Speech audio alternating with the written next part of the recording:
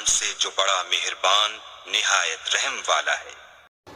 السلام علیکم ورحمۃ اللہ وبرکاتہ۔ رسول اللہ صلی اللہ علیہ وآلہ وسلم نے فرمایا، کیا میں تمہیں بتاؤں کہ بہترین مرد کون ہیں؟ صحابہ کرام نے عرض کیا، جی ہاں یا رسول اللہ۔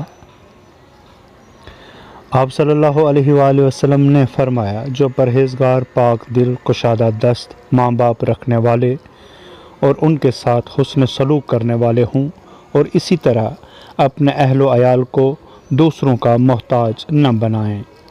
اللہم صلی علی محمد و آل محمد وعجل فرجہم۔